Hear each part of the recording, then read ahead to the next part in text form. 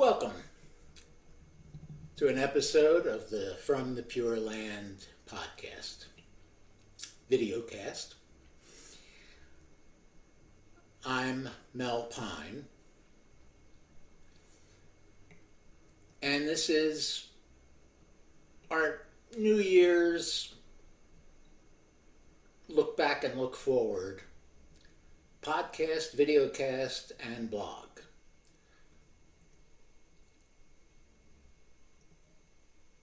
You can see this as a video cast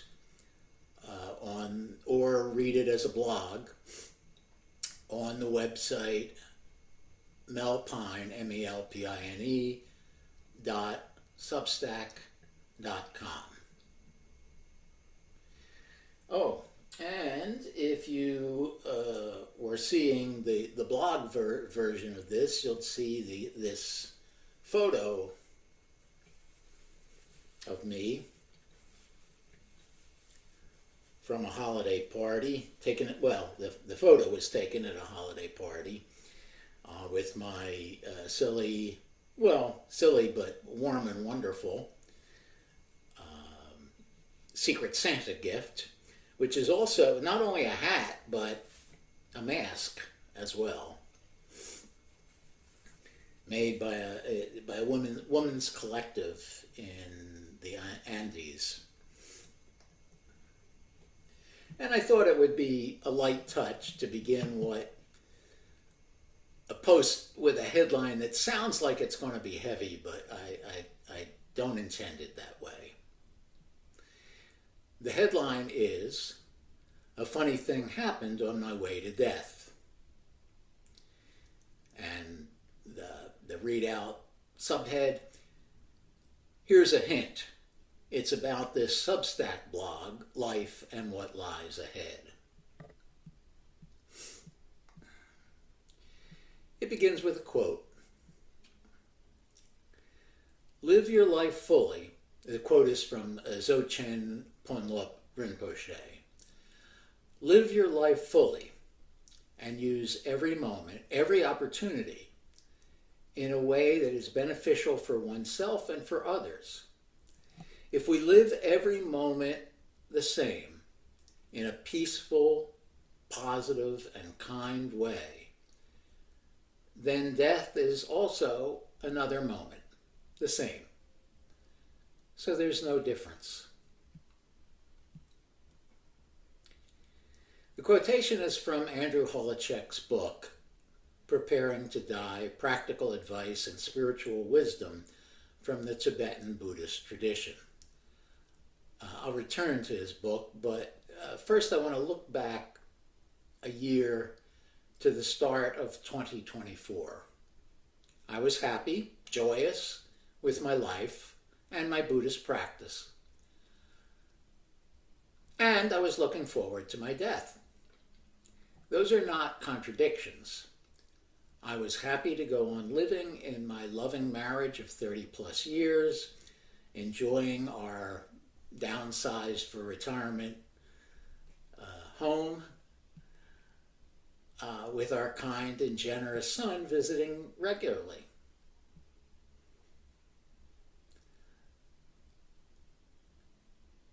And plenty of Netflix to watch. I wasn't eager for death as long as I could live this way. But as my 78th birthday was approaching, I was going through several physical and cognitive challenges that left me uncertain about my ability to live comfortably for more than another year or two. Now, those challenges have become less imminent, but that's how I felt a year ago. A few years earlier, I had let go of my ego. By that I mean that I gave up any need to prove anything, to stand out from the crowd, to gain recognition. I even gave up writing because I felt I had said and done everything I needed in this life. There are plenty of good writers out there. My wife and I had been meeting and still continue to meet daily over Zoom for an hour with a sangha of loving and caring followers of the Dharma who live throughout the United States. In addition to that practice, I was following and still follow Yongey Mingyur Rinpoche's Path of Liberation teaching and his Nectar of the Path liturgy. I'm sure you can find a better picture of him, but I just held it up since I had it there. It was time, I thought, to add more awareness of death and dying to my practice. Ideally, it's part of everyone's practice at any age. But we know how that plays out. Now I was ready. I bought Holacek's Preparing to Die and loved it. Andrew writes and teaches from an understanding of Tibetan Buddhism, gained through his study in years in Nepal, India, Bhutan, and Tibet, as well as a 3-year retreat in Nova Scotia. He brings to that wisdom a thoroughly modern and non-sectarian spiritual and scientific perspective.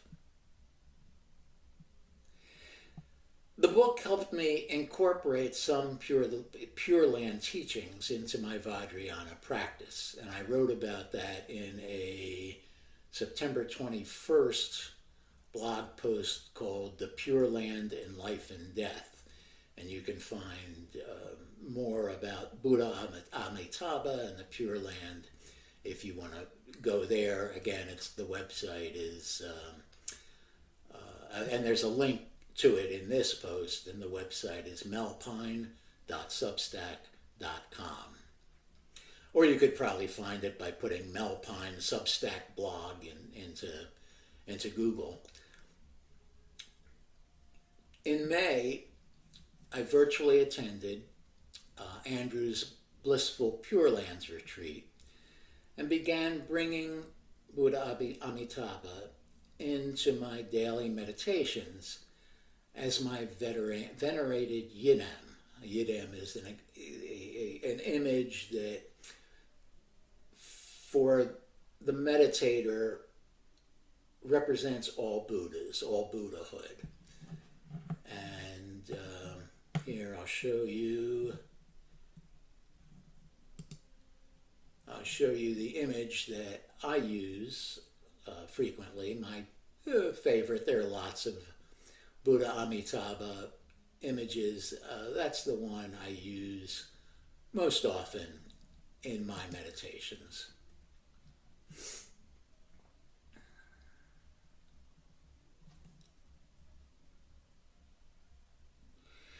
Around June 3rd,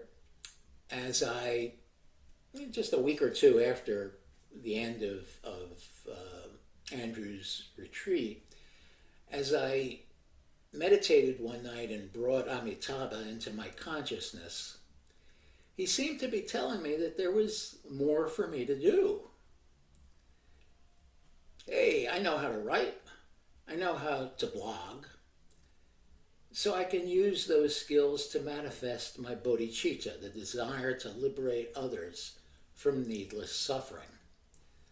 I had thought I didn't have much left to give, but whether it was really a voice from Amitabha or it was my own internalized sense of him, or whatever way one wants to see it, he was telling me, I'm not through, there's more I can do. So that's the creation story of From the Pure Land. I issued the first post on June 5th. Since then, I've written almost 150 more, and I've shared posts written by others. We've reached 15,000 unique users who have viewed the From the Pure Land posts more than 35,000 times. We have only about 300 registered subscribers to the blog. I don't know how many subscribers we have on various apps to the podcast. So if you've been checking us out from time to time, click on the button or go to the, and if you're not reading this as a podcast, again, go to the website, open the blog, and you can click on subscribe now. By choosing the free option, it'll get you the same content as paid subscribers, with one exception that I'm going to mention below. In September, I began the podcasting and occasionally video casting one of the From the Pure Land posts each week. To mark the new year, this one's available always, in all ways. Now, through the magic of podcasting, which I don't quite understand as well as I do print distribution,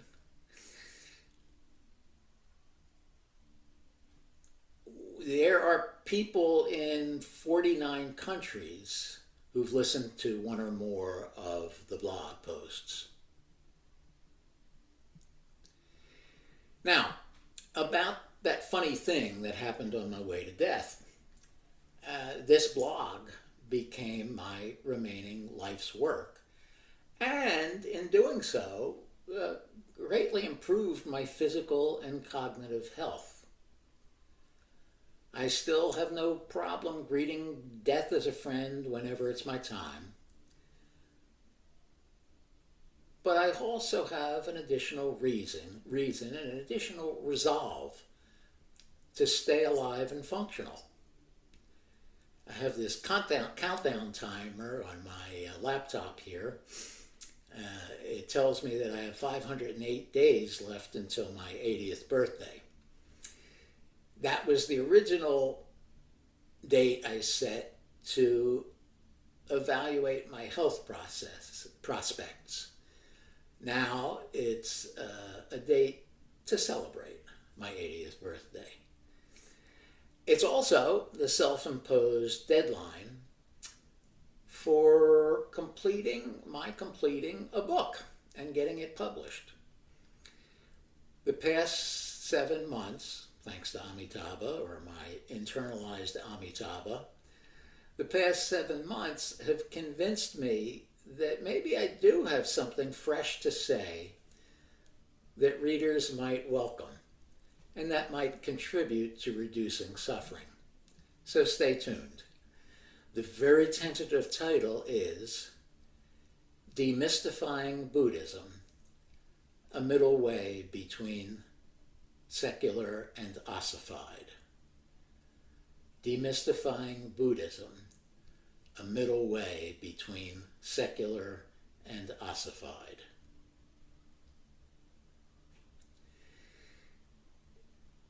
These short, almost daily posts were never intended to produce income. I offer paid subscriptions only for those who feel they are gaining something of value from them, from the posts, who can afford $5 a month or $50 a year and are moved to contribute to my mission and expenses, which now run about twice the subscription income. In hopes of closing that gap as I work on my book, when I'm fairly happy with a chapter or with a section of the book, a preface, an introduction, a proposal, I'll release it to paid subscribers. You can upgrade to paid at any time, and again, you can get to the blog by going to the website melpine.substack.com. Finally, as a reminder for the new year, I'll repeat the blogging principles listed on the website's About page. Blogging requires absolute honesty. Impermanence applies to blogging as it does to all other conditioned things. My beliefs will change over time, but I won't revise what I wrote before unless it's essential to do so. And when I do, I'll add a note indicating the change. For now, the posts will come on no set schedule, but you can expect at least one weekly when I'm not on a retreat or otherwise unable to write. In fact, they've been a lot more frequent than that. Each post will be short. I want you to be able to read it in 5 minutes or so. I'll say so when I have been wrong. And perhaps most important, this blog is a manifestation of my bodhicitta, the drive to help all beings reach enlightenment and end suffering.